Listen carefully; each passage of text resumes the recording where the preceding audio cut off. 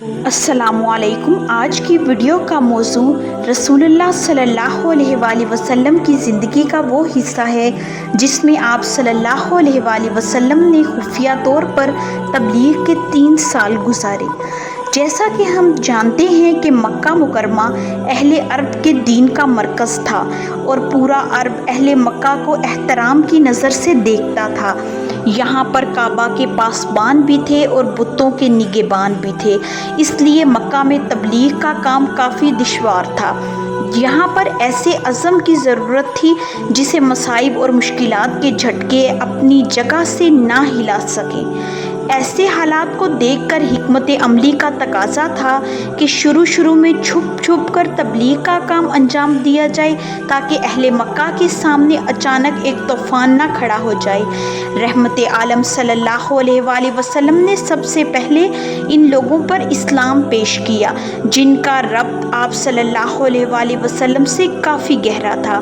پھر آپ صلی اللہ علیہ وآلہ وسلم نے جنہیں اسلام کی دعوت دی ان میں سے ایک ایسی جماعت نے آپ کی دعوت قبول کی جسے کبھی رحمت عالم صلی اللہ علیہ وآلہ وسلم کی سچائی پر شبہ نہیں ہوا تھا۔ یہ اسلامی تاریخ میں سابقین اولین کی وصف سے مشہور ہیں۔ ان میں سرفہرست آپ صلی اللہ علیہ وآلہ وسلم کی شریک حیات حضرت خدیجہ، آپ صلی اللہ علیہ وآلہ وسلم کے آزاد کردہ غلام زید بن حارثہ، حضرت علی جو ابھی آپ صلی اللہ علیہ وآلہ وسلم کے زیر کفالت بچے تھے، اور آپ صلی اللہ علیہ وآلہ وسلم کے غار ثور کے ساتھی حضرت ابو بکر صدیق رضی اللہ تعالی عنہ ہیں۔ یہ حضرات پہلے ہی دن مسلمان ہو گئے اور اس کے بعد حضرت ابو بکر کی تبلیغ پر حضرت عثمان، حضرت زبیر، حضرت عبد الرحمن بن عوف، حضرت سعد بن ابی وقاص اور حضرت طلحہ بن عبداللہ مسلمان ہوئے۔ شروع میں جو لوگ اسلام قبول کیے انہی میں بلال حبشی بھی ہیں۔ ان کے بعد امین امت حضرت ابو عبیدہ، عامر بن جرح، ابو سلمہ بن عبد الاسد، ارقم بن ابی ارقم، عثمان بن مظعون، ان کے دونوں بھائی قدامہ اور عبداللہ، عبیدہ بن حارث بن مطلب بن عبد المناف، سعید بن زید، ان کی بیوی یعنی حضرت عمر کی بہن فاطمہ بنت خطاب، خباب بن ارت، عبداللہ بن مسعود اور کئی افراد مسلمان ہوئے۔ حشام نے ان کی تعداد 40 سے زیادہ بتائی ہے اور یہ لوگ قریش کے تمام شاخوں سے تعلق رکھتے تھے۔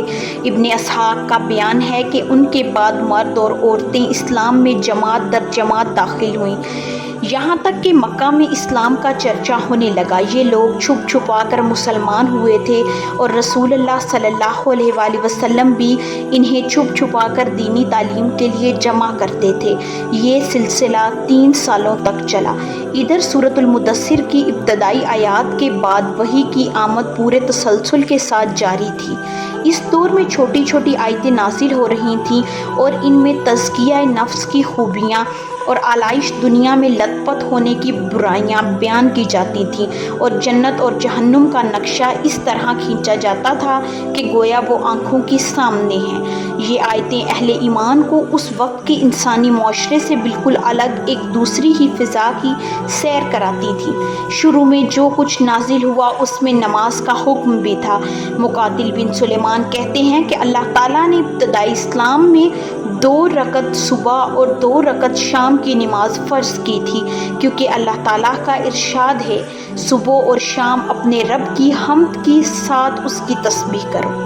حشام کا بیان ہے کہ نبی صلی اللہ علیہ وآلہ وسلم اور صحابہ کرام نماز کے وقت گاڑیوں میں چلے جاتے تھے اور اپنی قوم سے چھپ کر نماز پڑھتے تھے۔ ایک بار ابو طالب نے نبی کریم صلی اللہ علیہ وآلہ وسلم اور حضرت علی کو نماز پڑھتے ہوئے دیکھ لیا تو پوچھا کہ یہ کیا کر رہے ہو؟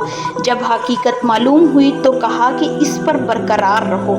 یہ ٹھیک ہے کہ تبلیغ کا کام چھپا کر چل رہا تھا، لیکن دھیرے دھیرے قریش کو اس کی بھنک لگ گئی، تاہم انہوں نے اس کو کوئی اہمیت نہ دی اور قابل توجہ نہ سمجھا۔ البتہ قریش آپ صلی اللہ علیہ وآلہ وسلم کی خبر کے پھیلاؤ اور اثر کے بڑھاؤ سے کچھ اندیشے ضرور محسوس کرتے تھے اور ان کی نگاہیں آپ صلی اللہ علیہ وآلہ وسلم کی تبلیغ پر ٹکنے لگی تھیں۔ ویڈیو کو اینڈ تک دیکھنے کا بہت شکریہ۔ کل کی ویڈیو میں ہم رسول اللہ صلی اللہ علیہ وآلہ وسلم کی مکی زندگی کے مزید پہلوؤں کے بارے میں بات کریں گے۔